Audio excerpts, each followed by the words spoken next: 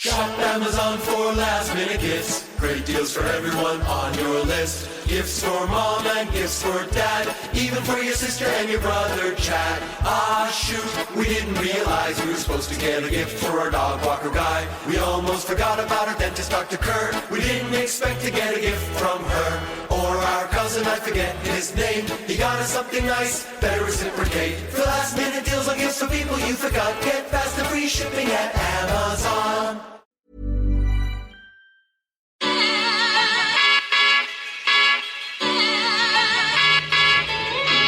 This is the Relevant Podcast.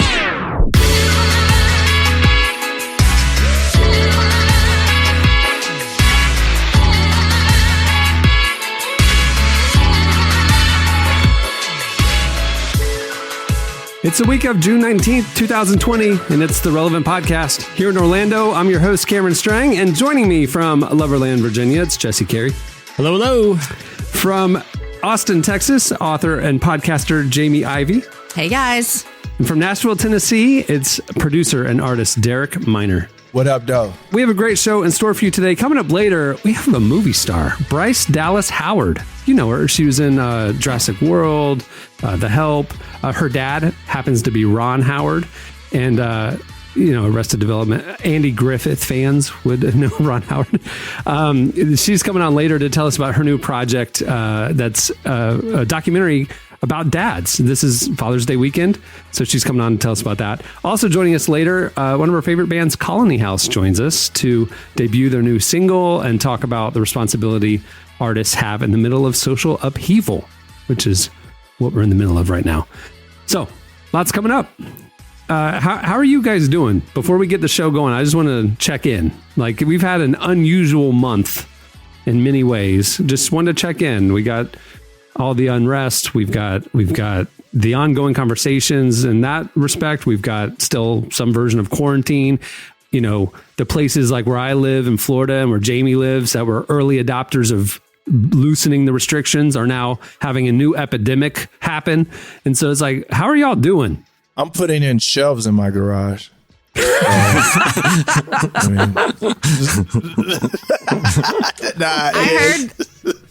heard that like Lowe's and Home Depot, their businesses spiked during quarantine because that's you're putting in shelves because you have nothing else. I was at Home Depot yesterday, could not find a parking spot. It was so full. See, yeah. I will say this, quarantine has given me yet another excuse not to do stuff around the house. I just keep telling my wife and kids who are like, Dad, when is this going to get fixed? When is this going to fix? I keep saying, guys, not safe. Okay. I can't go to the hardware store.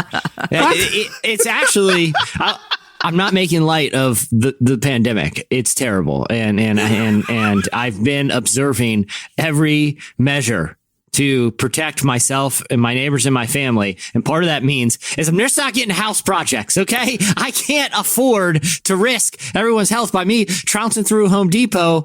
Plus, I'm terrible at that stuff. So it's really kind of worked out for me to just push well for you. Projects. Give me another reason, just push them to the side. Oh, we'll get to that. We'll get to that. You know, I can't go in those stores. I saw a friend stop by this morning and looked like they were going to work, you know? Yeah. And after they left, I texted him and said, like, are you still working remote? Yeah.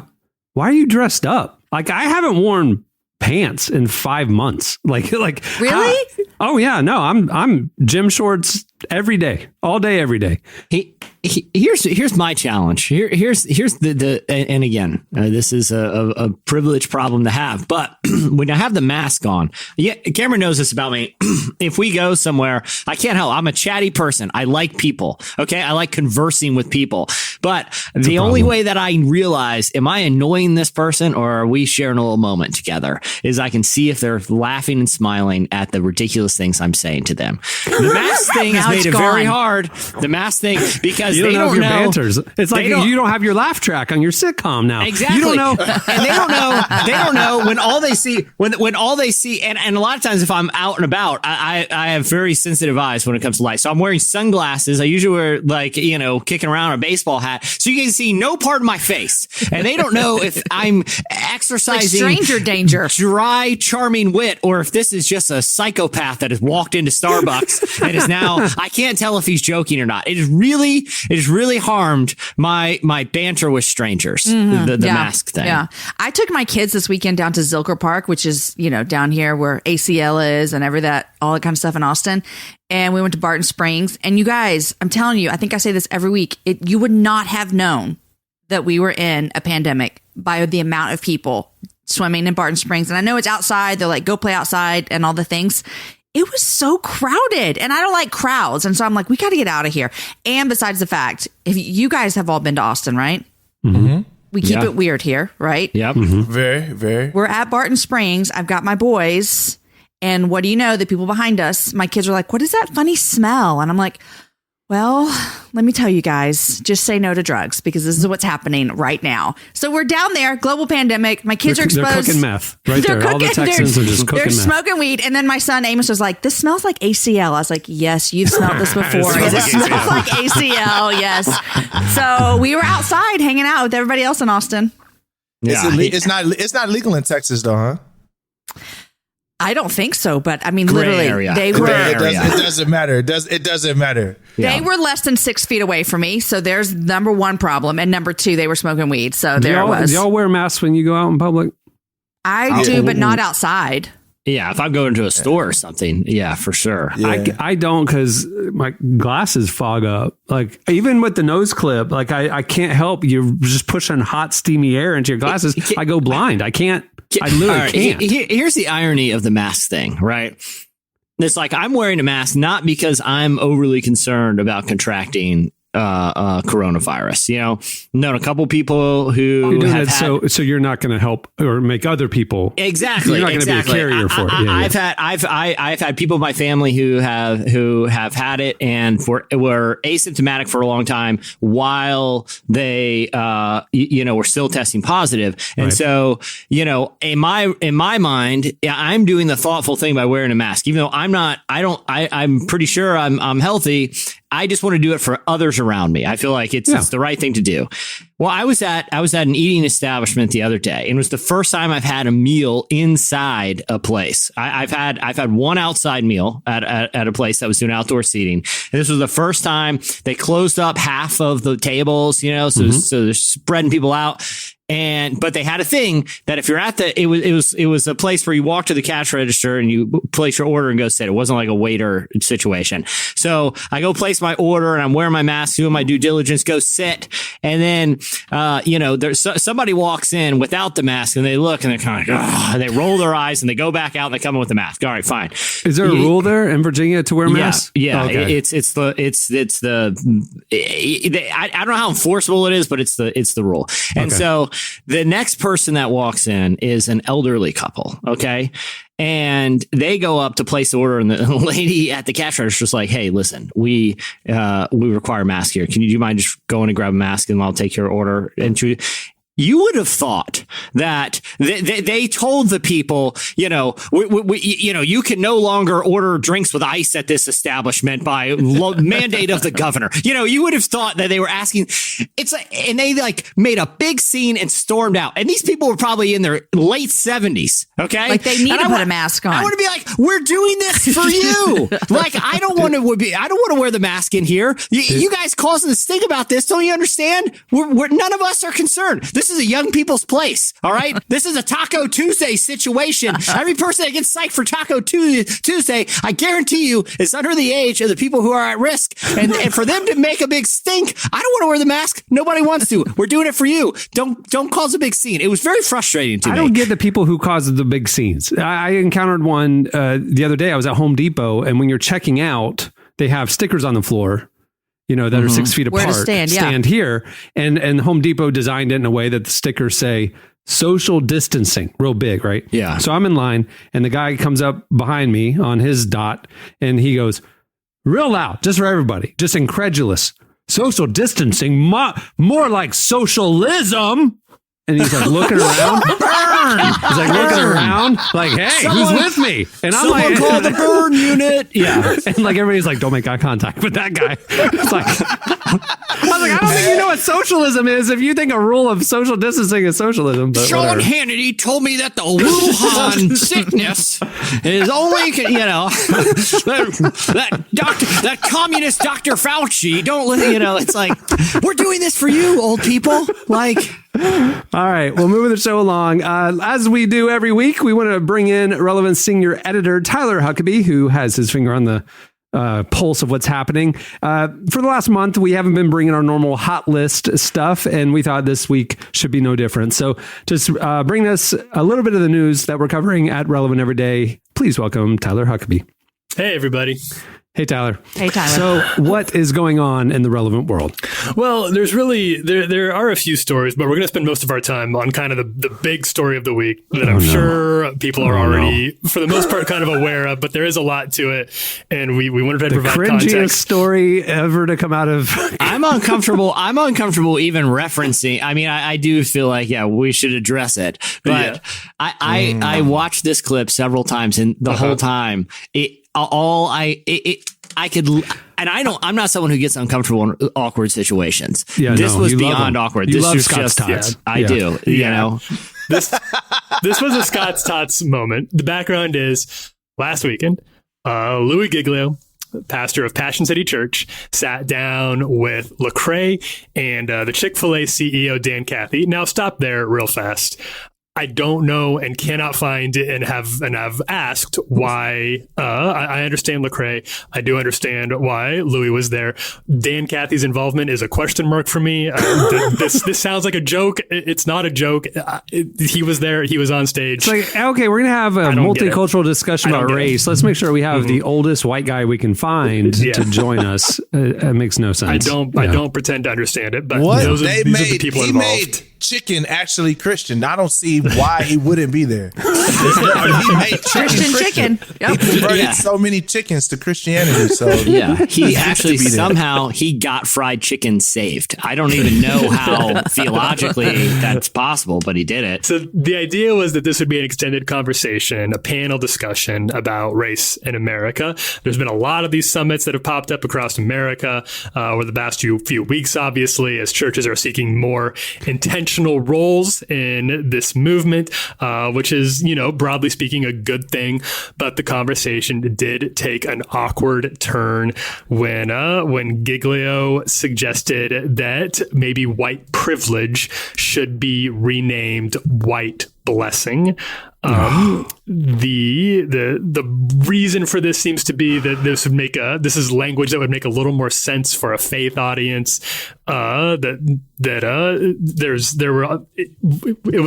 was whatever he was trying to say was not what was communicated, clearly speaking, and words matter, and we understand that. There's a reason this is referred to as white privilege. The white blessing started trending on Twitter nationally for the wrong reasons, and a lot of people spoke up on it. I've done a little roundup of a lot of people's thoughts about it, some tweets and Instagrams and Facebook posts. You can read those over at relevantmagazine.com. It was a really, really big, busy, hot topic of discussion that did spur a lot of good conversation, but very passionate conversation. This did lead to an apology video from Louie that he posted on Tuesday. I do want to play a clip of that apology that he had to say. I just wanted to come directly to you today and sincerely apologize for the use of the phrase on Sunday, white blessing. And I extend that apology today to every single person who is listening to me right now. But most importantly, I extend that apology to my black brothers and sisters. I, like so many, am so burdened about what is happening in our nation right now. And I'm heartbroken about where we are as a nation. And one of the things that I'm most heartbroken about is trying to help myself continue to learn and to help my white brothers and sisters understand that white privilege is real.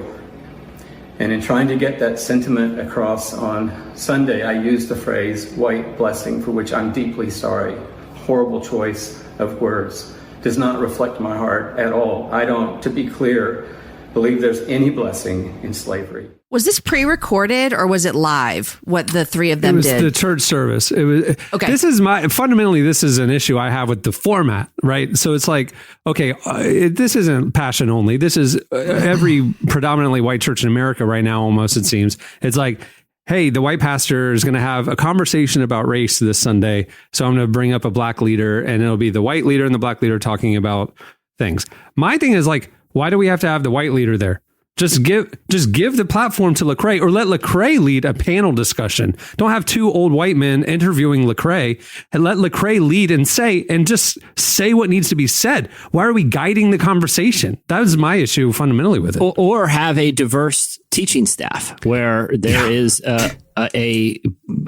hopefully a black pastor or minister that the congregation is already regularly hearing from, that is equipped to bring, a perspective from a voice that the congregation knows and trusts, instead of doing like these, hey, let's have, sit down at a fake, coffee table and, talk, you know what I mean? Like I think that's the church I go to, the lead pastor is African-American, but there's 4 on the teaching team. It's 2 black and 2 white. And so when they did the race discussion, everything's virtual right now, but when they did the race discussion thing, the panel was like the teaching team that we already know and their wives. I mean, it was like, here's the leadership of this church talking about things together. That made sense to me. But to bring in like an outside guest to like educate us, it's like, why are we having to guide the conversations? That's my thing, is like, I just wish that Lecrae could have just had the platform. This never would have happened, but it's like what I see. It's like when you first start working out and you're like, okay, I haven't worked out in a long time. What are you saying? I'm about to get back into it. So, no, me too. Why are you looking at me when you said that though? So look, you start working out and you're like, whoa, I'm really out of shape. And just the more you work out, the more you realize how much you're out of shape. That's kind of where I feel the white church is at right now. It's like, they're like, oh, okay, we got a problem. And then they're like trying to lift this dumbbell. And that's what the Louie Giglio thing was. It's like, oh no, we're really jacked up. Because you're right. Ideally, he shouldn't have to go, draft Lecrae to come in to help. It should be this, like what your church is it's already a level of diversity where you could bring people you already know that can have the conversations and know the room and all that. And I agree with you in the same way. I'm like, yo, why in the world is the panel about race 2 white guys and a black dude? Right. Like it should be the opposite. It should be 2 black guys and a white guy. Like that's the mistake. And I think that you see the fundamental issues here. And I think another big issue is I think what's going to be hard for a lot of people like the Louie Giglios and these guys that have these massive followings is realizing that you're not the expert here. Like you're not the expert. You don't know what you're talking about. You need to sit down and listen. That's going to be really hard to relinquish when you've had that much power to where you say things and it starts movements and all. It's going to be really hard for you to sit back and say, you know what? I'm going to listen to the 30-something-year-old rapper about race and just sit down and let him speak and let him correct, how I feel. Like that. That's going to be really hard moving forward if the work is going to be done. But I believe if that happens, then you'll see some fruit. But I don't know if it's like people want a level of comfort or like, okay, so I see, I like on Wednesday, Relevant. I've been running Relevant's Instagram for the last couple months, and we posted on Instagram. We posted an article that Tyler had put together for the site of 25 black leaders in the justice space. Like these are Christian leaders that have been talking about and fighting for racial equality. These are people you need to be following and listening to, right? And it's not an exhaustive list. It's 25. Right. And some of the comments were like, well, where are the white leaders that have been doing this? And like, why can't, and I'm like, I'm commenting as Relevant, like we have been intentional that we are giving the platform to African-American leaders. This is not the time to try to say, well, there are some good white people doing this work too. That's just like, who cares? That's great. Good. Keep doing it. But like right now, that is not the time. They do not need the microphone. We need to like give the microphone fully to our black leaders who are, and then we need to like shut up and listen. That's my feeling. It's like the church needs to shut up and listen right now. Yeah. So I have a question for you guys. How does Louie move forward from this? I mean, here's the fear of like every white person that's speaking out that I'm going to say something wrong. And so then what about when I do? I have a podcast. I mean, thankfully it's not live, because we can take care of that kind of stuff. Cut out all the cursing and stuff. Yeah, cut out all the cursing. But I mean, there have been times on a show, not with race, but with other issues where I've said, hey, I need someone to listen to this because did I say this wrong? Because I'm not familiar with this content. Correct my language here. How does a person move forward from this is what I want to know. Humility. Which do you think that he did? Yeah, I think you did it. But the thing is, I think the apology, dope, good. But what has to happen is just like right now, I'm not a pilot. So I'm not going to get on American Airlines and say, let me fly the plane. Yeah. I'm going to sit back and I'm going to go find. It's like what we do in everything else. I'm sure Louie Giglio is an extremely smart person, but I guarantee you he was not the lead builder on building the church. He went, got experts that were great at building things and said, let me sit back and let me listen to you and let you take the lead on this. And that's the big issue that's going to be the big issue for white people across the world is they're going to have to realize in this space, if we're talking justice and equity, we have to sit back and say, how do we haven't done this well for 400 years. How do we make sure we don't keep doing it for the next 400 years? And then you ask the people who want justice and equity, what do you want? Yeah. Like, what do you want? How do we do this? And then also be okay with making a mistake. Like at some level, like I want to be a good husband. So when my wife corrects me and says, you're not being a good husband in this moment, like, I can't be like, oh, I just give up. I'm just going to keep doing it. Like, I have to say, you know what? That hurt. That stung. I made a mistake. Please bear with me and continue teaching me how to serve you and love you better. I think, and that's where the humility part comes in. And it's going to be for all of us. We're going to have, like, as a black man, I'm going to have to also have humility too, to know that I don't want to have friendly fire with my white friends that misspoke. Right. But their heart is in the right place. But what I've learned is for my white friends that do that, they quickly, when I tell them, hey, that hurt, that was wrong, that was off, they're quickly running to say, yo, I'm sorry, that was not my intention. Yeah. And I think that's going to be the issue here. And that's what I've seen that hasn't happened often. That's at least my opinion. Yeah. And it seems like people like Louie can, in some ways, kind of light themselves on fire so the rest of us can see the way. We can learn from this, and that sucks. That sucks for Louie Giglio. That sucks for anybody who makes a mistake, especially as a public platform. But you do learn. Embarrassment's a great teacher, and the rest of us can learn from that, and we'll have to be paying close attention to learn from that.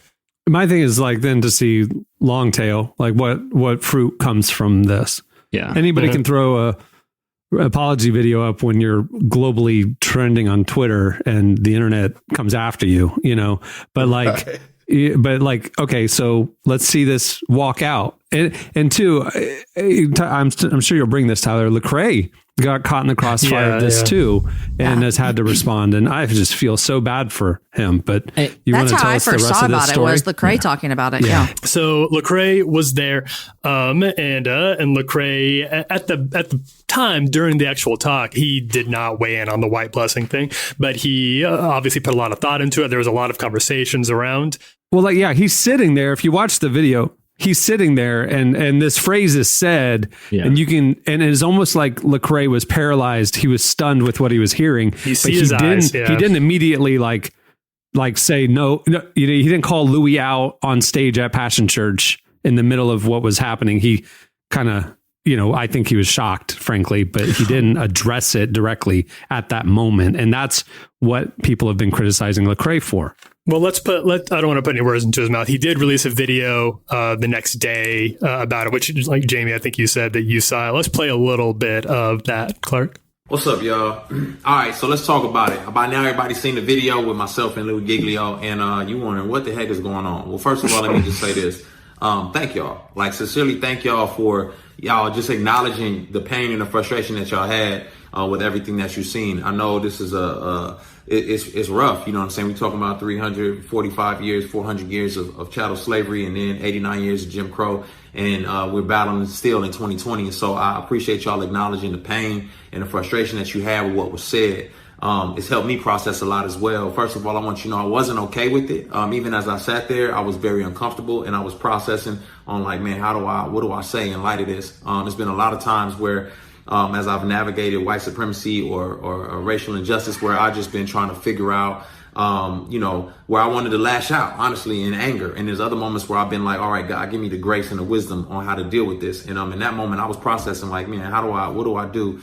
I ended up having a conversation with him subsequently, right after we talked. And then I talked to him again last night and let him know my views and my perspectives. And obviously I wasn't okay with it. And we can't just be virtue signaling and doing this because it's the end thing to do, to talk about race on platforms. And I didn't have any ulterior motives other than to, help and articulate, some of what's going on in our world and in our culture. So I just want to thank y'all, especially my Black sisters who have been on the front lines. I know y'all going through a lot this week, and I just want to encourage y'all and thank y'all for everything that y'all have said, and thanks for the encouragement. I appreciate y'all. I love y'all. Obviously, I'm not okay with changing white privilege to white blessing. That's a privilege in and of itself. But yeah, we talked about it, and we're gonna continue working through it. So I appreciate y'all and love y'all. And then Tyler, can I add to that? On Wednesday, after he posted that video on Wednesday, he tweeted and posted on Instagram. He said some additional thoughts. So these are Lecrae's words. He said, processing a lot. I think in my attempt to be diplomatic and gracious, I missed an opportunity to care for the very people I came to represent. I knew I was uncomfortable, but I was so excited to educate. I still have some gaps in my education. I'm grateful for Austin Channing Brown for making a lot of things clear for me. Definitely was hurt, but I also realized we're all hurt. I'm grateful for people praying for me and encouraging me. I have a lot of racial trauma. After spending the last few years battling racism within the evangelical church, I was in a dark place. In that interview, I feared going back there. I'm healing, but not healed. I'm definitely protecting myself from a breakdown. I want to be clear. I'm sorry for anyone who was let down and hurt. This was good for me in many ways. It burns, but it burns in a helpful way. Lamentations 3 has comforted me. I'm grateful for the love, even the tough love. Do you guys think too that this will speak to an issue that I think, on kind of a broader scope that has kind of taken foothold in modern evangelical culture, which is because someone is a pastor, and I don't want to paint with too broad a brush, but I think what we saw was emblematic of this. But because someone is a pastor, it makes them have this sense that they're suddenly qualified to talk about everything.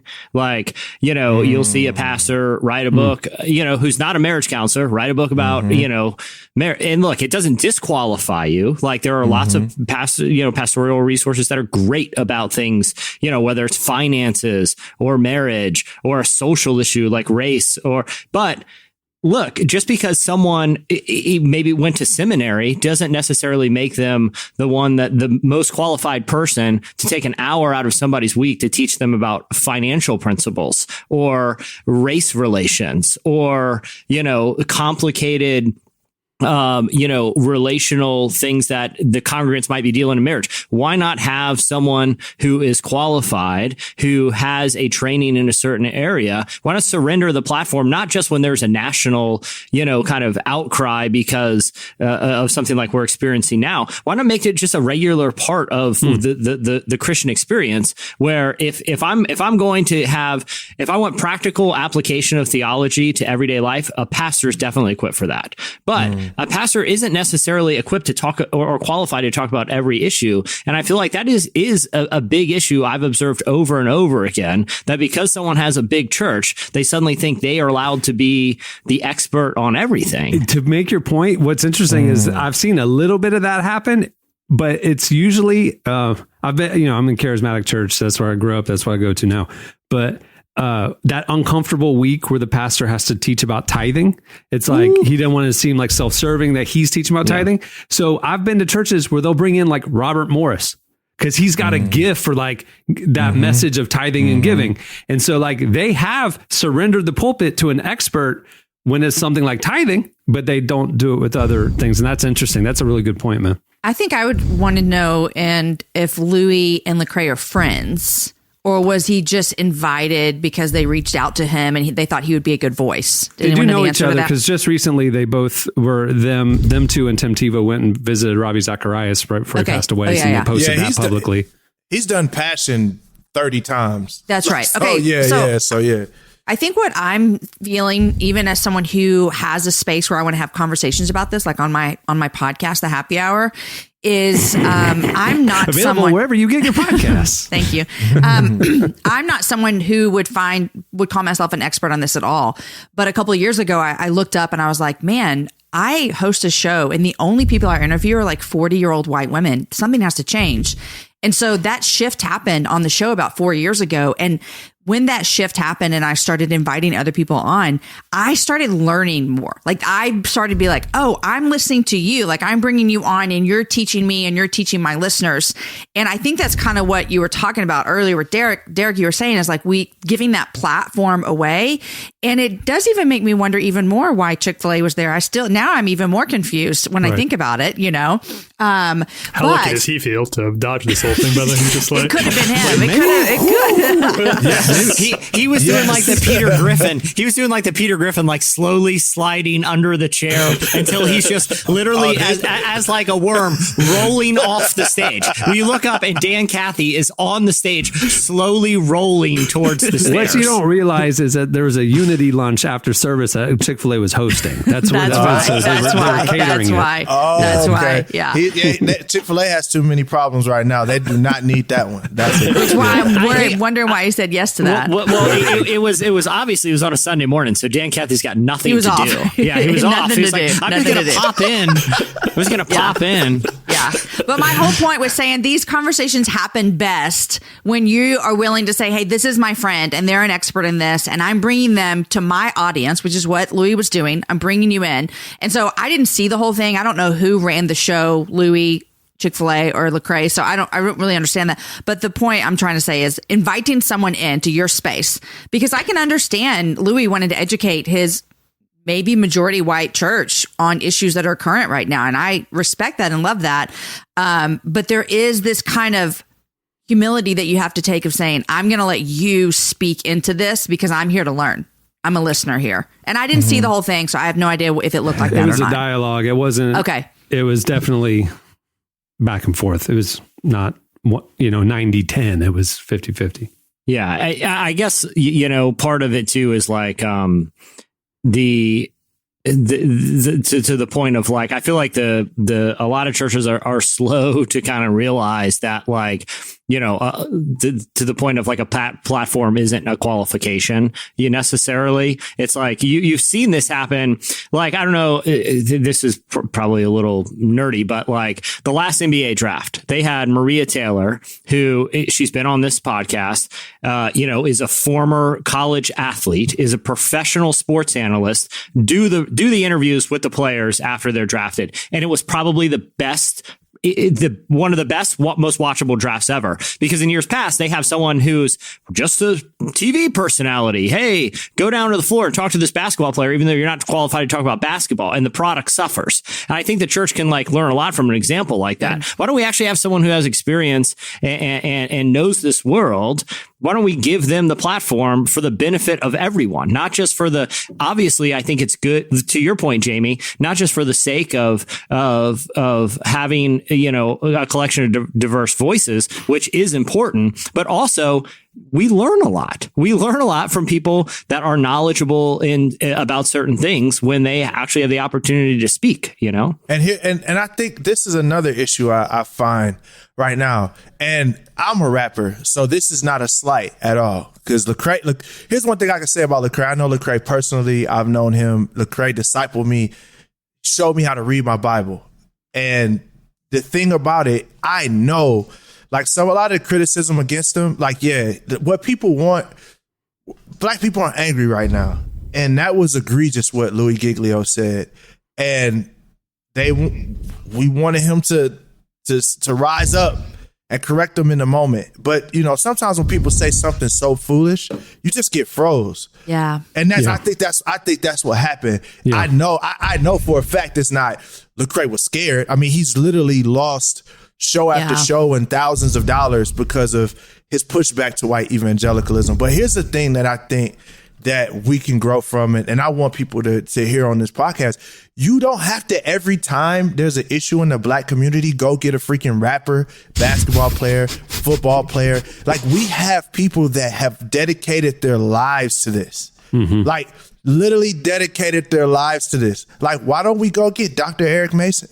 That's good, yeah. Why don't we go get get a Kimony, Charlie Dates? Why don't we go get these people that you know, they don't have the celebrity, because that kind of makes me feel a way. It's like, okay, did we bring Lecrae on because he's the most qualified? He's qualified. That's my brother. Or because he's going to get the most listeners. Or because he's going to get the most listeners. Where's Pastor Eric Mason? Really good. He's been doing this for the longest. D.A. Horton. Where are these guys at? Like, and we have them. It's just they don't get lifted up to the platform. They're on relevantmagazine.com, I'll tell you that. Because absolutely. These last few weeks, man. Dr. Eric Mason was on Darius Daniels' podcast last week on Relevant Podcast Network, and it was unbelievable, that conversation. I'm with you, man. That's my thing too, is like, and I use this word carefully, but when I see some of the response from the white church, and like Jesse pointed out, hey, at least, I mean, let's acknowledge that it's positive that they're trying, right? But some of it feels misguided and tokenism. It's like, is this the only week that you're gonna have a black man on your stage and you didn't even give it to him fully? You just kind of had him he was 1/3 of the stage, exactly, and it won't happen again ever. Like, that's my thing, is like, this isn't enough. And like you said, why Lecrae? Why not Lecrae or let Lecrae choose 5 or 6 or 7 leading voices that, sure, Lecrae's up there to bring in the big crowd, and then he's going to say, and you need to listen to these people who have shaped my worldview and theology. You know what I mean? But he didn't have the opportunity to do that. And that's what bothers me. You got my man out here by himself over with the Chick-fil-A man, and the cameras light on him, and he's by himself, and somebody said something ridiculously foolish, and it's on him to try to play defense and offense at the same time, because the issue that he's dealing with too is, you know, say he responded with rage. He responded, then he looks. Now he looked like the angry black man. That you know, we don't want him to speak anymore because he's going to go overboard. It's like, so you have to be almost perfect. Yeah. And that doesn't, you can't have perfection. Like, we have to have a think tank of multiple different people. Let's bring the arts, but let's bring education and let's bring the religion together and say, hey, why can't we get Dr. Claude Anderson, get different people together and say, let's figure this out. You know, that's why whenever I'm thinking through a complicated social, political, global, economic issue. Yeah, absolutely. Or things that really get to the core of historical and contemporary cultural issues. Mm-hmm. I call the guy that started Five Guys Burgers and Fries and just chop it up, see what he thinks. What's your take, man? What's your take? People want to know. Here's a chair on the stage. The man started Five. Have you guys had a Five Guys? Have you had a Five Guys? Oh, it's delicious. What do you think about what's going on in America? I feel so bad for Lecrae. I do. I just feel bad for Lecrae. I'm flabbergasted by what happened. I feel bad for Lecrae, and I'm confused by why the Chick-fil-A guy was sitting on the stage. Dave Cathy erasure. He's probably just like, glad they didn't ask me what I call white privilege. Oh no! Oh man! Okay. I have a theory. That like they were gonna have him like on for another like sermon. I don't know, about like, you know, being an entrepreneurial spirit or whatever. You know, like they're gonna do a special series, and they sent out the invite, and they said they had the date wrong. And when he showed up, everyone's there so nice. They're like, just grab another chair, just put him up there. I don't know, we'll figure it out. Just put him up there. You know? Yeah, they plan these things out a year in advance, and so you're right. This was Entrepreneurship Sunday, but we got to pivot. Well, we don't want to disinvite him. So you know, Lecrae's in the green room, and he looks over, he's like, that the Chick-fil-A guy? Is he supposed to be here? He's going to come out on stage? I mean, if I want to know how to make an amazing chicken sandwich, I'm definitely going to go to Dan Cathy. But I do not want him speaking on the nuance of race in the church. That's the last thing I want to hear from Dan and Cathy. You don't want him now. building your house. That's the other thing I learned. That's the other thing. We won't want him frying our chicken. That's it. Yeah. Listen. I mean, my wife need to go through some counseling, some marriage counseling. I need a qualified voice. What's the guy who started Chick-fil-A doing? Maybe, you know what I mean? It's that same mindset though of like, oh, here's a one size fits all person, you know? Okay. Well, can I say one more thing, Tyler? I'm sorry. Of course. This is what I'm hopeful because I know this is hard and difficult and everyone's going to be scared. I hope in a year, I don't know what life's going to look like in a year, but I hope that just is still important to church to talk about in a year. Like that this is not something where like we're going to check off our box.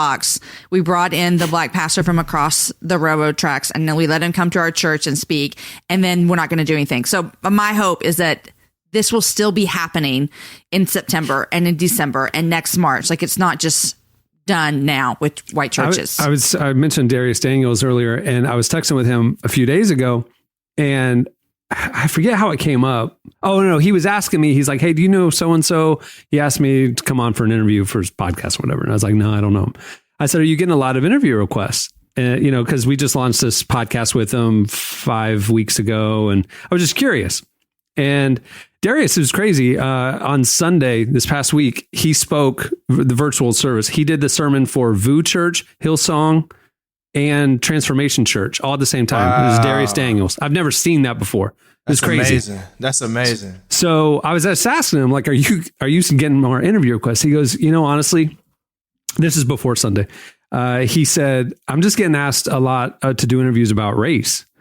And I was like, really? I was like, that's not even been your primary message. I mean, his new book is Relational Intelligence, and he's got a doctorate in Princeton Seminary, and he's an amazing Bible teacher. But his primary message hasn't been about racial equality. And I was like, why are they just asking you about race? I mean, I was like, were you getting interview requests before all this? He goes, no. And then we got talking about it, and it was like that. And I told him that pissed me off. By the end of our conversation, he's like, man, I'm just really discouraged right now because I was talking about the white church has been doing this. It's like they have not reached out to these black leaders at all to include them on their platforms. And then now all of a sudden, we want to talk to you, but we want to only talk to you about race. Like talk to Darius Daniels in 9 months about another sermon series or another thing that he's expert in. Like, why are you just pigeonholing him right now? That thing that bothered me. And please don't equate the Hillsong transformation. That has nothing to do with what I'm talking about. But like to me, these voices have so much more to offer the body of Christ. The fact that the white church is pigeonholing them really, really ticks me off. I heard it's hard because that's so relative right now. I mean, like it's hard because this is what people are wanting to hear. And again, it's difficult because you're like, yes, we're thankful that you're saying something. Yes, we're thankful that you're engaged in the conversations. Yes, keep doing it. And so that's my point of saying, are you still going to be engaging in a year? So if you engage now and it's your first time, I'm happy for you. Like, welcome to the game. I'm glad you showed up. We've been waiting on you. Are you going to be here next year, though? That's the question that I keep wondering. Right. And here's the pro tip I would say is it's after the dust settles and then the relationships are built where the Darius Daniels and the Charlie Dates can come in and talk about more than race. More than race. That's what I'm saying. Yeah. That's going to expand your perspective to help you not be so limited in how you see black people, because now you're going to have a more diverse perspective. And you're right. If after a year, if it's like, I know it's like clockwork. Every time a black kid gets killed or something crazy happens, my phone's going to light up for people to ask me about this. No one's going to ask me about my 12-year marriage with my wife and how we did that. You know what I'm saying? Like, no one's going to ask those things. And that you're absolutely right. It's going to take. America is not really good at holistic things, right? We're really good at trying to find the magic bullet, the cheat code. But there's no cheat code to this. There's going to have to be actual engagement and there's going to have to be actual growth and relationships built so that we can grow and move forward. Agreed. Well, I think I'm going to, Tyler, just a side note. Can we go ahead and shelve that interview with a couple that started Panera Bread? I had some hard hitting stuff for them. Let's just hold that to like, maybe we can do like an interview about gluten or something. I don't know. We'll find something, but I think it's, they were confused by the request, but they said yes. So too late. Yeah, I know. I mean, I already recorded one with a lady that started Quiznos, and Barbara Quizno, she's a loudmouth. I immediately. She says, I don't want to say uncomfortable truths because they're not true, but they're definitely uncomfortable. So she had some thoughts. She had some. All right, what, you got anything else, Tyler? I'm a little palate cleanser to get us in the rest of the podcast. I do it. This is exciting. And I think most of us saw. I do want to put a little bit of context around it. We got our Parks and Rec back for one night. We got Community back, and next month we're going to get the return of 30 Rock for a brand new hour-long special on lockdown. It's kind of the ripest plum of that era of NBC shows that was like maybe not the gold, maybe the silver era of NBC, like the post Friends, but still Office, very 30 Rock. But a very strong, and 30 Rock was probably the brightest jewel of that bunch. They're getting everybody back on July 16th. Tina Fey, Alec Baldwin, Tracy Morgan, Jane Krakowski, Jack McBrayer will show to reprise their roles. And then it'll head over to Peacock, which is the NBC's new streaming service, which is actually going to be free. I think that what's interesting about this one is it's also going to double as a reunion / upfront special, which means they will be using the show to help debut their new lineup of shows that debuts in the new season. How they're going to do that, it's not totally clear. Upfront specials haven't really been a thing for a long time. That's something that networks used to do a lot of. Then they kind of faded away. Now it seems like it could be pretty easy to see how like Jack and Liz could be talking about like new clips they want to air. I don't know exactly how they're going to do it, but that's what the show is going to look like. Has everybody tried did you try the Parks and Rec and Community shows? Mm-hmm. I like the Parks and Rec reunion. Yeah, me too. Yeah. I've never seen either one of them. I've not seen all three. I'm going to keep it honest. Derek, you don't watch 30 Rock? I've never seen... I've seen Parks and Rec. I've seen 3 episodes of that. And I've never seen Community. And I've never seen 30 Rock in my life. Well, I mean, so Community has Childish Gambino. I mean, so I know. I mean, seeing him kind of evolve and all that was fun to watch. Glover actually started as a writer on 30 Rock. Tina Fey, his breakout. 30 Rock is one of the most brilliantly written comedies, and it is perfect. I mean, Tracy Jordan's hilarious. I would actually say laughs per minute. Yeah. Like, I feel like The Office is great at a contemporary reimagining. It's the golden age of sitcoms mixed with Christopher Guest, right? Like, you do these kind of mockumentary style. You know, The Office is a fake reality show where I feel like the beauty of Parks and Rec and 30 Rock is they are written much more like The Simpsons was written, which was, you know, it was joke beat. Like, it was almost layers and callbacks and like just. You know, and The Simpsons really invented that type of comedy writing where it wasn't set them up, then knock them down, and relational tension, resolve the tension, set up, knock down. You know, it's line joke. Well, all 3 of those shows, I feel like 30 Rock, Parks and Rec, and The Simpsons really have that joke density is really kind of what sets them apart. And 30 Rock is like one of those where I find myself when I watch it, I enjoy it. I have a smile on my face for the entire episode, but I don't laugh out loud because if I made noise to laugh, I would miss something. Like I would miss. It's that fast and good, and every beat of it is perfect. It is a great, incredibly written comedy, and great acting, great comedic actors. I mean, Tracy Morgan's in it, and Tina Fey's in it, and Alec Baldwin's character of Jack Donaghy is one of the best in television history. It's so funny. This is a side note, but have you guys noticed the parallels between Tina Fey's character and Amy Poehler's character, but also the Ron Swanson and Jack Donaghy are very, very similar in their worldviews. Interesting. You know, they're both like these kind of hyper masculine. uber, parodies of like uber conservative ideals. It is funny, even the parallels between those two shows. Huh. I never thought about that. Just a class gap. Yeah, exactly. Interesting. One works at in a little, like if Ron Swanson worked at a major television network, he would basically be Jack Donaghy. All right, so once it goes to Peacock after this special, and you said Peacock's going to be free, that's cool. That's true. Derek, you can start you your can do the whole thing. 30 Rock quest. I'm on it. We got to have a debrief. I'll watch the show and then we'll debrief. All right, I'm in. Hey, I'll start it over with you. I'll watch it with you. New Relevant Podcast Network show, the recap, 30 Rock decap. Yeah. And then when we're done with that, go over to that show team. Then went and did the Unbreakable Kimmy Schmidt on Netflix. Oh, that's right. So and Dramatist is what's his name? Titus Andromedon is one of the best characters ever invented in comedy. So. Anyway, all right. Well, that's a great update. We're covering stuff all day, every day over at relevantmagazine.com. You can follow us on all the socials to keep up. And then also, Tyler's the host of our daily podcast, Relevant Daily, where you get everything you need to know in about 10 minutes. Go check it out wherever you get your podcasts. Thanks for joining us, Tyler. Thanks, everybody. All right, stay tuned. Up next, Bryce Dallas Howard joins us. Trade my 4x4 for GC3, ain't no more free little speed. I gave him chance again. I even told him please. I find it crazy the police will shoot you and know that you dead but still tell you to freeze.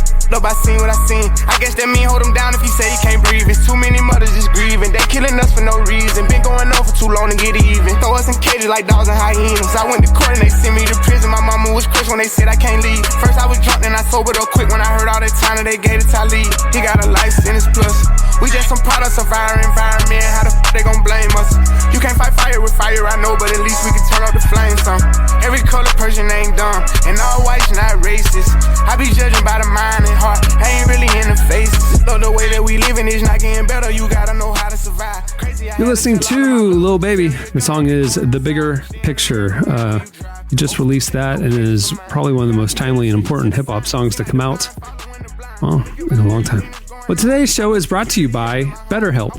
It's something preventing you from achieving your goals or keeping you from experiencing peace and happiness. With the heaviness of all that's happening in our world, it's difficult to find joy and purpose sometimes. And that's why there's BetterHelp.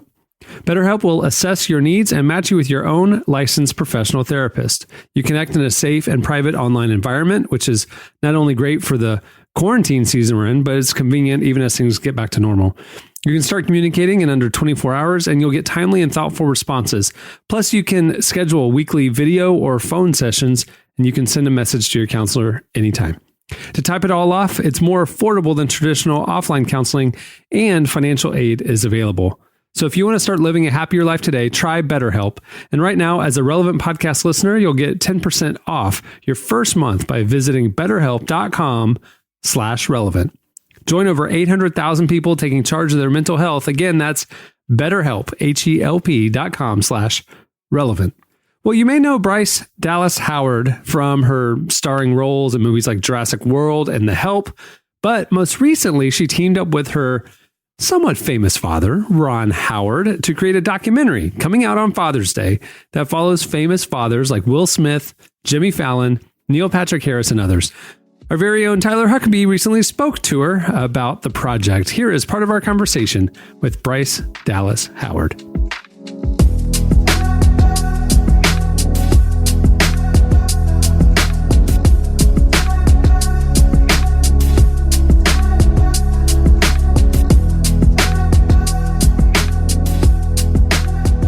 So you're obviously getting up more work as a director and as a filmmaker. You hear there's some interest in this documentary about dads and they kind of want you to do it. What is your first thought? Do you jump on it immediately or how did it come together?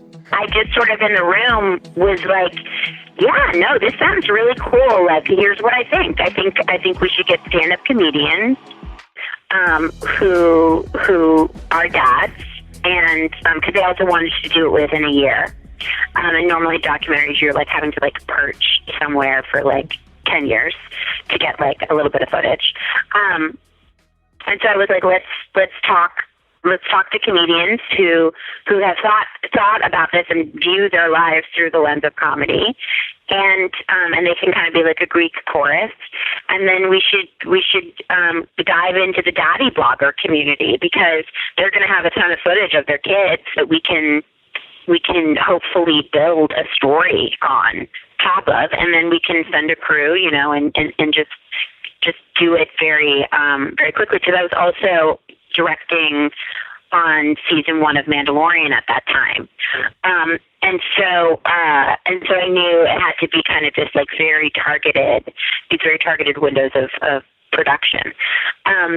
And I also was like, there's some footage that I shot of my grandfather who recently passed away a few years ago, and there might even be able to be a personal element that we can weave into this. And my dad straight up was like, no, like no, absolutely not, no, you're not putting your family into this movie. And I'm like, okay, cool. And then I kept saying, when we were shooting, I was like, we need an expecting father. And my brother and his wife got pregnant. And it wasn't even, they weren't even trying. So it wasn't like I was manipulating the production. And I asked, would you be cool with me shooting, filming you guys and stuff? And they were like, yes. And so it sort of happened all very organically. Did you go into making this doc with any sort of maybe preconceived notions about fatherhood, either your own relationship with your dad or just your conceptions of fatherhood in general, that got challenged or maybe even overturned while you were shooting and studying this? The thing that came up again and again and again for me were blind spots, things that I had that never would have occurred to me, that I'd never thought about, that were massive, such as men do not have a rite of passage for becoming a father. Like, women have a baby shower. Like, that's a big deal. Like, that's a thing. Like, you don't want to miss a baby shower of yourself, because like you need that community, you need that acknowledgement of this huge transition. Like, you need people to rally around you and envision for you what is possible in this next chapter, because like you're never going back. And fathers have nothing, zero, zilch. Like, what is that communicating to fathers? There's a saying that I don't remember who said it, but they say you can never really know your parents. Do you feel like by turning the spotlight on your own dad, do you feel like you got to know him in a different way, or maybe a way you hadn't maybe thought about before?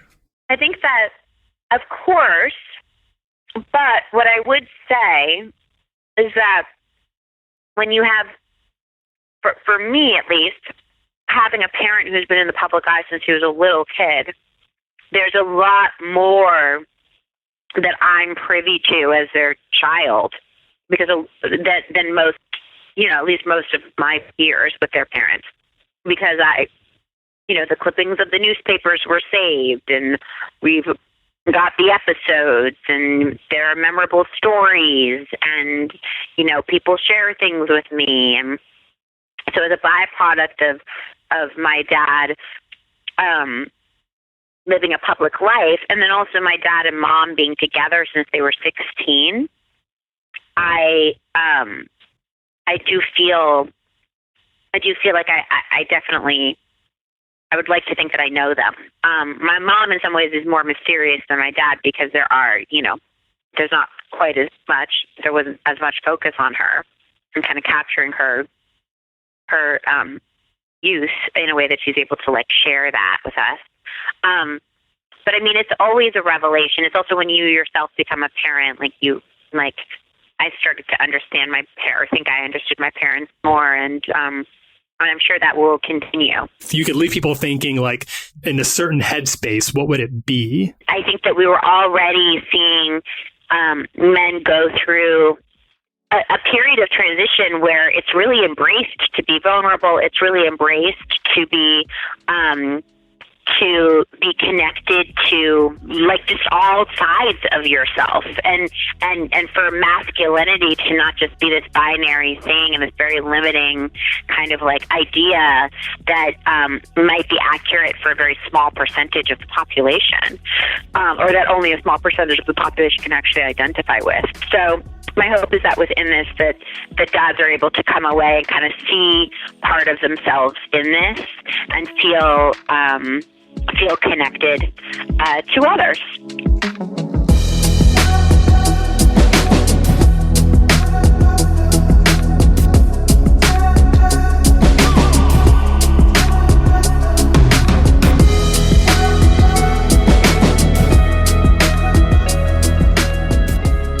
That was Bryce Dallas Howard. Make sure to check out her documentary, Dads. It premieres on Sunday, Father's Day, on Apple TV+. Stay tuned. Up next, Slices.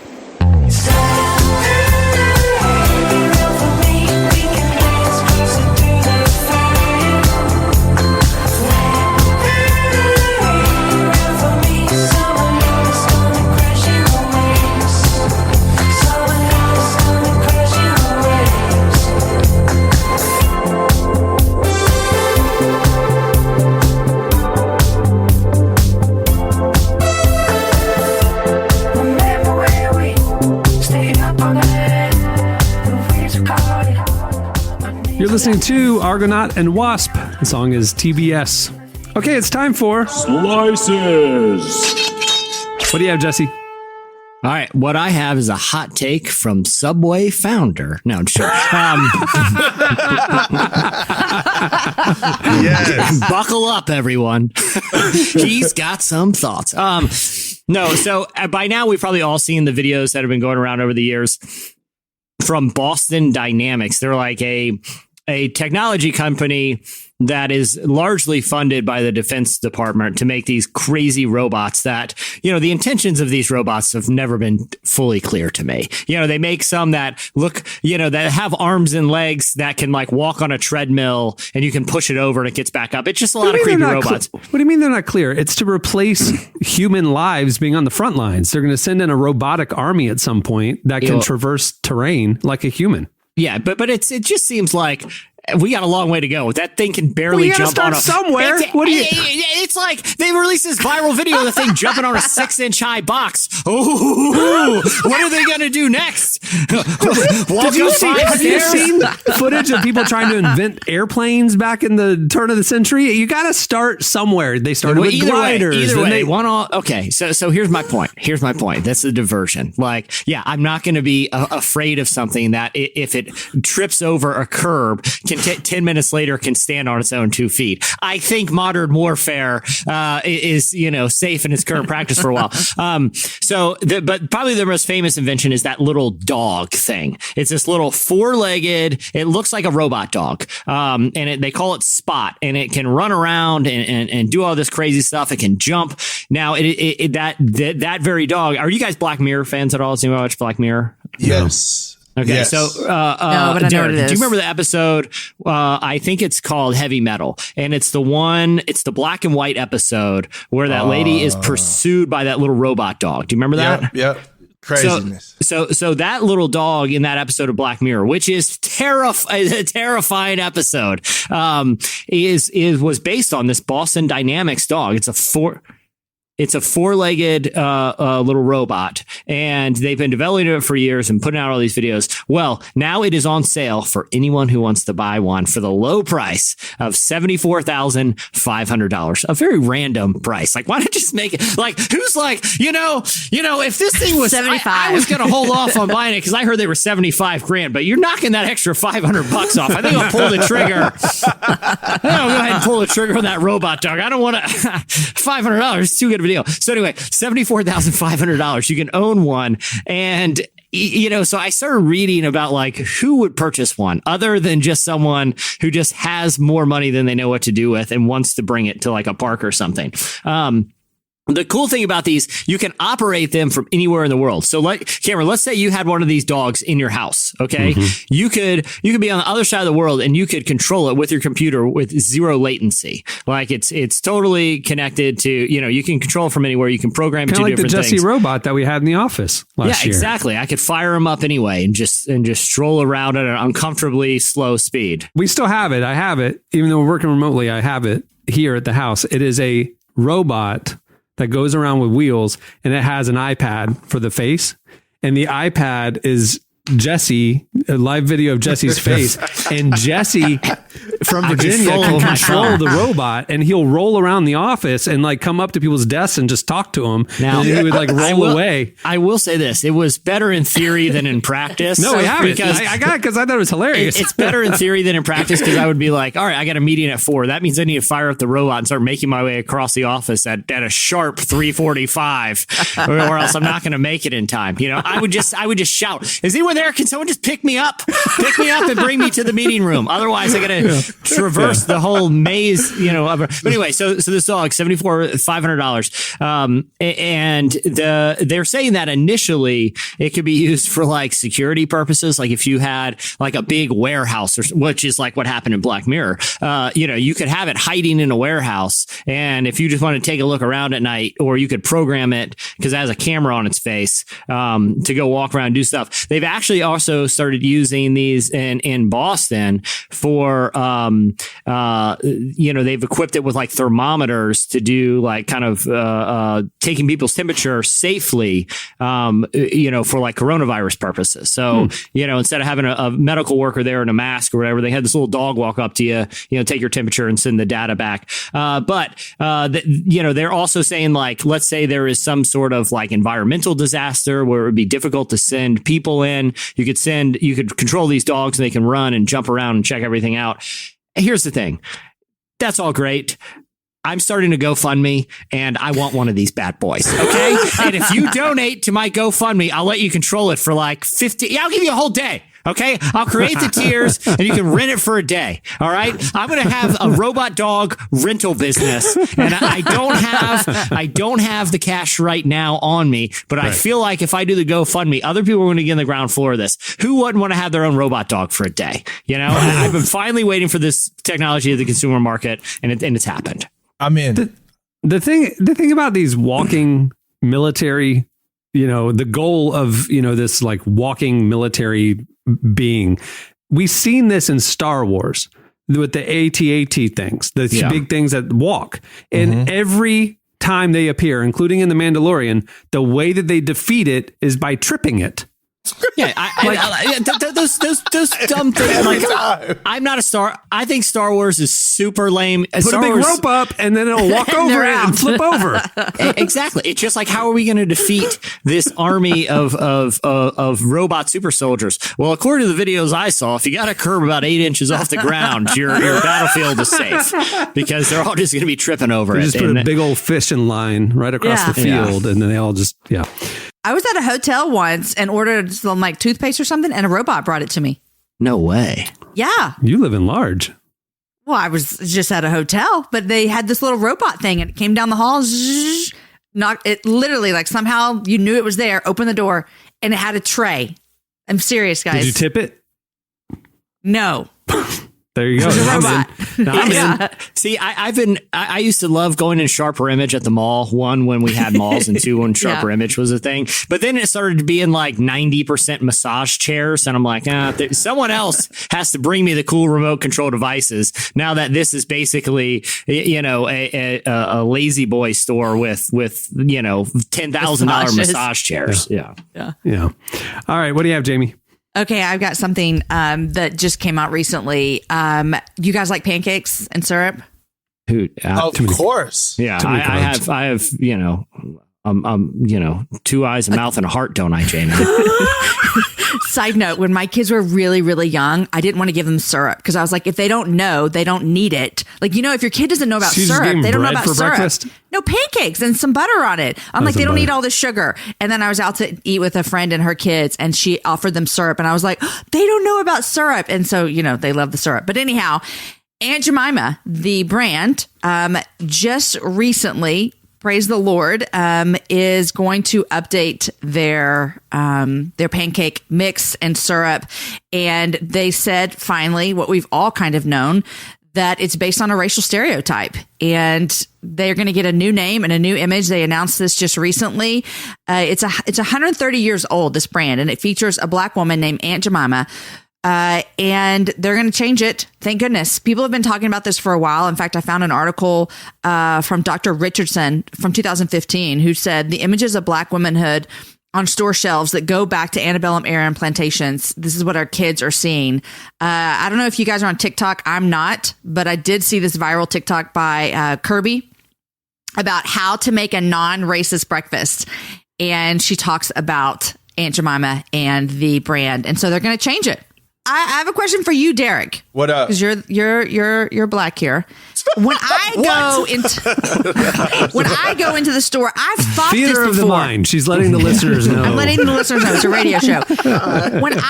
When I've gone in the store, I've seen this brand for. I mean, we've all bought this pancake mix and this syrup mix, and I've had the thought, this seems odd that this is still on the shelf. As a Black man, when you see it, you think that every single time you see it. Am I right? I'm gonna keep it gangster. It didn't really cross my mind. Does it bother you? So I'll put it this way. It wasn't until I started getting older and seeing the history of Black stereotypes that I was like, wait a minute. Okay. You know what I mean? Minstrel shows. It was more like that. That's what it was based off of. Yeah, it was more like that. But off the rip, I was just like, damn, why they got this Black woman in here looking like this on, I never thought okay, this was a stereotype. And then you start looking at, how it evolved over time and all that. And then that's when I started getting frustrated. So not really frustrated. It's just, I think for me, it's just been like, it is what it is. They're everywhere. I mean, it's like, I'm not going to be too mad at Aunt Jemima when in Nashville on I-65, you got Nathan Bedford Forrest on a horse. You know what I'm saying? I've seen that. Yes. This big Nathan. Yes. So it's like, I'm not really, that Aunt Jemima, I wasn't really tripping off of her too much. I'm going to keep it gangster with you. But hey, look, get Aunt Jemima. Let's get Miss Butterworth up out the paint. Let's get Uncle Ben up out the paint. Let's get the Redskins up out the paint. Let's take all this stuff down. We're probably going to start seeing that. Yeah. Land O'Lakes recently took the, Native American woman off the front of, they had a picture of a Native American woman sitting in front of a lake on their, to sell butter. Looking really happy. Like she was just really, her life was really happy. Yeah. Now, I'm confused. What was what prompted the marketing team of whenever Aunt Jemima was made was like, I got an idea. We're going to put a Black mammy on the front of this. And it's 130 years old. So I'm assuming the marketing was like, oh, look, we're used to seeing Black women cooking food in our kitchens. It was like Southern recipe, authentic recipe. Yeah, it was 1890. Sure. And the first depiction was from a lady who was a former slave. And then she became the face of it. I remember, because they've evolved it over the years, but in the 50s and 60s, that was the era where food brands had, mascots, cereals and whatever. And that was a big thing. That's just not the thing anymore, but these legacy brands just kind of continued and they would try to update them. I remember when I was a kid, Aunt Jemima was based on more of the original character that had the kerchief and looked very Southern and country. And then now she looks like a modern woman. I remember that controversy when they made that change. I'm glad they're just ditching it because it's of a bygone era, and society has moved on and evolved. And a lot of these brands need to evolve as well. So good for them. Man, that's happening. Yeah. Good for them. Thank you. Yeah. Thank you. Yeah. Just let's get all of it out the paint. I'm with That's right. Yeah. All right. Derek, what do you have? All right, so I have a lady named Stacy. She's a police officer, and she had a meltdown because her McMuffin didn't come on time, and I feel bad for her. We're just gonna let Clark run the video, and then we could talk about it. It's on video. Yeah, it's rough. I repeat my order and my coffee order, and they asked me to pull up because my food's not ready. It's an English muffin meal with a hash brown and coffee. And I hadn't eaten since probably. Is she being deposed in court right now? I haven't eaten in a while, so I was kind of hungry. and I'm still waiting. And I'm still waiting. And they asked me to pull up. So I pull up forward, and a girl comes out with my coffee, and just the coffee. And she hands it to me, and I have my window down. And that's all she hands me is the coffee. So I told her, I said, don't bother with the food because right now I'm too nervous to take it. Fine. It doesn't matter how many hours I've been up. It doesn't matter what I've done for anyone. Right now I'm too nervous to take a meal from McDonald's because I can't see it being made. I don't know what's going on with people nowadays, but please, just give us a break. Please just give us a break. I'm confused, you guys. We getting shot. That's what's going on right now. Who's this little cop? Oh, it was just a lady. Is this a cop? She's a police officer. Yeah, she just, she had to. She feels like she's being persecuted because she had to wait for her muffin, and now she thinks they're doing it on purpose to punish her because she's a cop. I was like, imagine being black. Okay. I hadn't seen the video, so I don't know what she looks like or what was happening. I thought she was concerned about COVID. I didn't know it was happening. It's the muffin. She just got her coffee. I think she's being persecuted because she went to McDonald's, and I have about a 50-50 chance of the order getting right or on time at the McDonald's near me. Has the milkshake machine ever worked at McDonald's? Yes or no? I need to. Has it ever worked? It's just that this is McDonald's. I mean, you're not going to Ruth Chris. It's McDonald's. Like, it's a 16-year-old kid that is making your burger or your McMuffin. I haven't eaten at McDonald's in like 15 years, so I don't know. Yeah. Because you stay at hotels that have robots. You're just way above. You're way above that. Yeah, but I thought it was crazy. I just, in my mind, I was like, man, if it's this bad right now for the past, month and a half because you didn't get your food, and I know the frustration is probably, this couldn't have been the issue. This was the straw that broke the camel's back. Like, obviously, and I feel bad for her. And I feel bad for police officers too, because there's a lot of police officers that are good, that are doing their job, that are under a lot of pressure. But, for me, I've never, ever in all my years of existence have been like, oh yeah, I feel comfortable around police, because we just know, had there not been cameras, had there not been cameras, people would still think that, we're lying about these types of things. So, I feel bad for her, but at the same time, I'm like, this is the reason why we're saying get the bad apples out of the bunch, so that everyone can have peace. Like, stop protecting those guys so people aren't afraid of. I don't want to be afraid of police. Well, my kids are afraid of the police. Let's get the bad apples out of the bunch. So then you when you get your McMuffin, you don't feel like you're being persecuted. Like, it's going to help everybody. Yeah.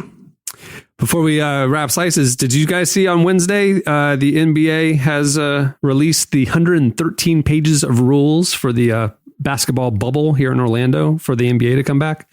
So it's going to happen? I don't follow NBA. What's happening? It's 100%. So at the end of July, the NBA season is going to resume, where 22 of the 30 teams are going to come to Orlando. It's all the playoff teams, and then 6 teams that are within shot of the playoffs. They're going to play 8 regular season games to determine playoff seedings, and then they're going to go into a playoffs. And then the NBA champion will be crowned by no later than I believe it was October 12th, something like that. Anyway, so the whole playoffs. It's all happening in Orlando? It's all happening here in Orlando. There's the ESPN Wide World of Sports has a huge complex here. And so all the NBA teams, there's multiple gyms, there's multiple arenas. And then obviously we have all the hotels and stuff. And so they've created a bubble. And the NBA released 113 pages of rules for the players for the bubble. No doubles in table tennis. You can only play one-on-one ping pong. Okay, that's a big one. No caddies on the golf course. No sharing snorkels when you go swimming or snorkeling, guys. There's going to be an anonymous tip line for players to snitch on each other if they see rule violations. There's going to be, let's see. So, there's a whole list. So are there going to be people that can you go watch the game, Cameron? No. No fans in attendance. No fans. Very, very limited team personnel. They're creating a literal bubble that they cannot leave for some. If you go deep in the playoffs, it could be 3 months. They had some of the greatest expert minds and thinkers on this. I mean, the Cheesecake Factory folks, the Payway, all of them threw their hat in the ring. We're like, we can come up with something. All right. That'll do it for Slices. Stay tuned. Up next, Colony House joins us.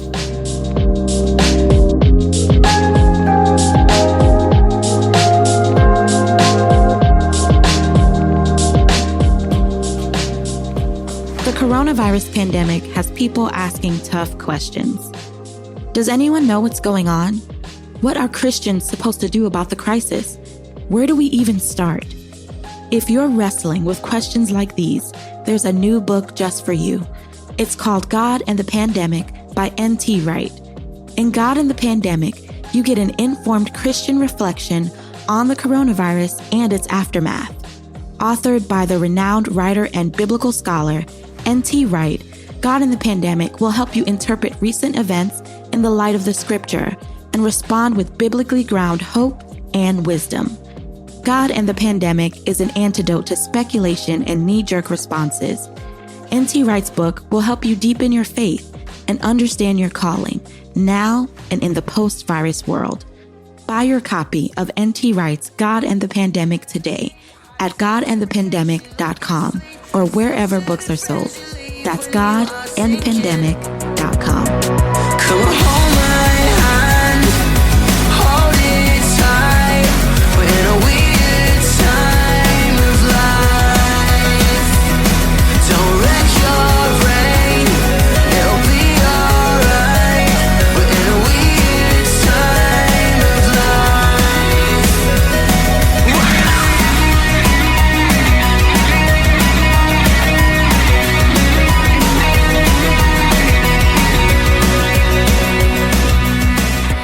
You're listening to Youngblood. The song is Weird. Well, Colony House is one of our favorite indie bands from Nashville, Tennessee. They just released a brand new single, so we wanted to have them come on and tell us about it. We also wanted to hear about them canceling their tour because of the pandemic and the responsibility artists have to respond in a time of social injustice. Here's a little bit of our conversation with Colony House. Saying, come on, we're gonna make it home. 'Cause everybody's looking for some light. You know, everybody's looking for some light. So come on. 'Cause The thing is, you know, we released an album in January and we spent a long time working on it, and it was really easy to fall into that, like, I don't want to over kind of sensationalize it, but the depressing side of it was like, we worked so hard for our legs to be cut out from under us. But it was cool. Our producer, who is just a dear friend and mentor in a lot of ways, he texted me about a week after everything had shut down, and he was like, hey, I know you're probably feeling a lot of things and a lot of uncertainty, but just know you made the right record for the times. The songs were supposed to come out when they came out, regardless of what happens, you know, on the business side of things. Like, just be confident that these songs came out when they were supposed to. And that was just a good reminder of, like, that's why we do what we do, you know, to put hopefully light into the world. And for us, that's what we feel like we're supposed to do. And when times like these hit, that's when people really turn to these to music and books and movies to draw from, you know, be inspired by, and hopefully help guide us out of it. That's what I do. You know, those are the things I look to like help me navigate it.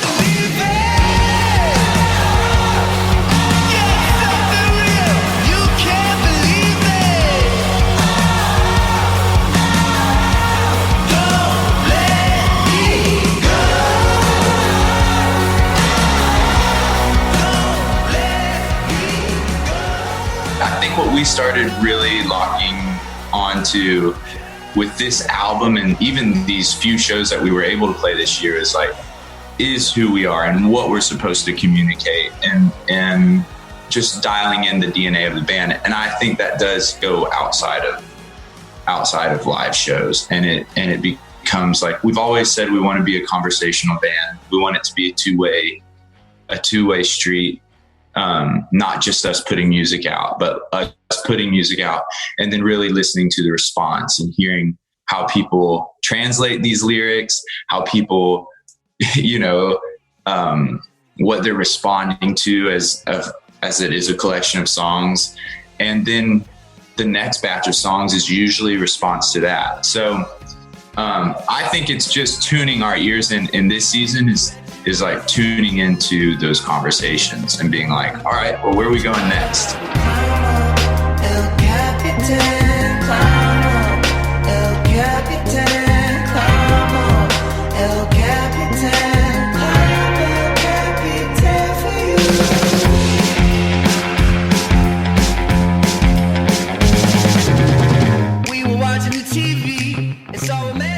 A song that comes out tomorrow, we thought was written about the world shutting down and a pandemic happening, and how it's interesting that, the observation there was like, who would have thought that I could walk by a stranger and been like, how you doing?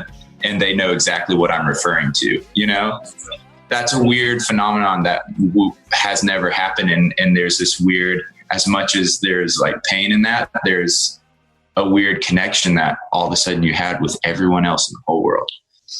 Now, the lyric of this song has changed over the last week or two in regards to the whole Black Lives Matter movement. That is not a new movement at all, but like you said, I think the appropriate spotlight is finally being shown.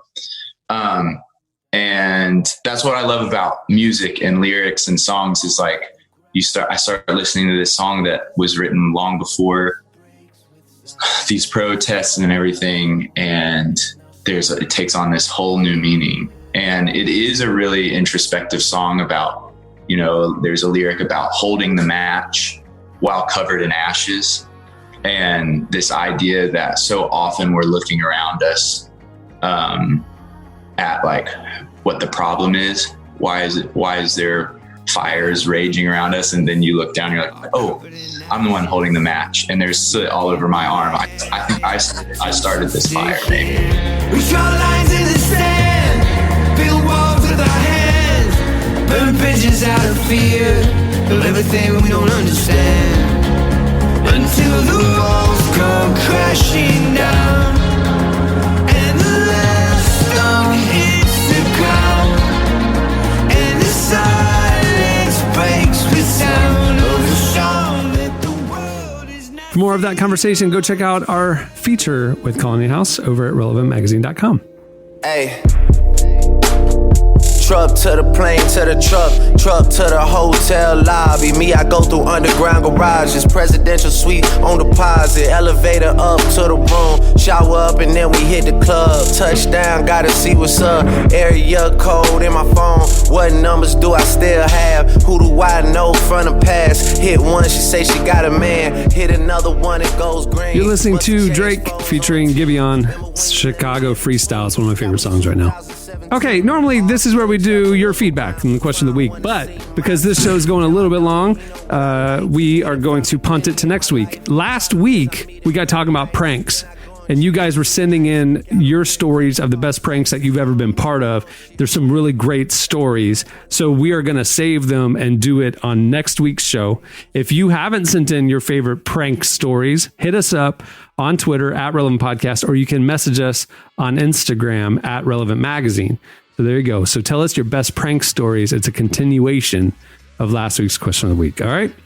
Well, on that note, we'll wrap things up. Many thanks to Bryce Dallas Howard and Colony House for joining us. You can follow Bryce on Instagram at Bryce D. Howard and check out her new documentary, Dads, on Father's Day on Apple TV+. You can also follow Colony House on Instagram at Colony House and check out their new single, When the Walls Come Crashing Down. It's a Jericho reference. Wherever you listen to music. All right. Well, on that note, we'll wrap things. I'm Cameron Strang. I'm Jesse Carey. I'm Jamie Ivey. And I'm Derek Miner. We will see you next week. Have a great week, everyone. Don't say anything dumb on a panel. Talking to you, macaroni grill people. Yeah.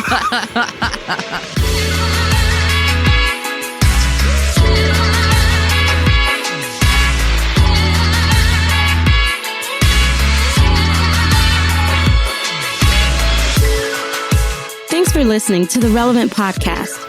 Check out our features, interviews, and news updates every day at relevantmagazine.com. And make sure to follow Relevant on Twitter, Facebook, and Instagram for the latest. For more great podcasts, check out our Relevant Podcast Network, featuring shows like Relevant Daily, Signs of Life, Unedited, and many more launching throughout the year.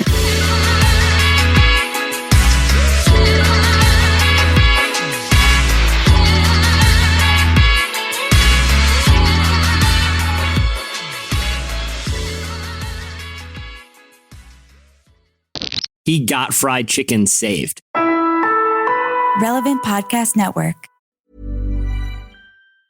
Shop Amazon for last minute gifts. Great deals for everyone on your list. Gifts for mom and gifts for dad. Even for your sister and your brother Chad. Ah shoot, we didn't realize we were supposed to get a gift for our dog walker guy. We almost forgot about our dentist Dr. Kerr. We didn't expect to get a gift from her. Or our cousin, I forget his name. He got us something nice, better reciprocate. For last minute deals on gifts for people you forgot. Get fast and free shipping at Amazon. Time is precious, and so are our pets. So time with our pets is extra precious. That's why we started Dutch. Dutch provides 24/7 access to licensed vets with unlimited virtual visits and follow-ups for up to 5 pets. You can message a vet at any time and schedule a video visit the same day. Our vets can even prescribe medication for many ailments, and shipping is always free. With Dutch, you'll get more time with your pets and year-round peace of mind when it comes to their vet care. Go to Dutch.com to get vet care that is always there for just $92 a year.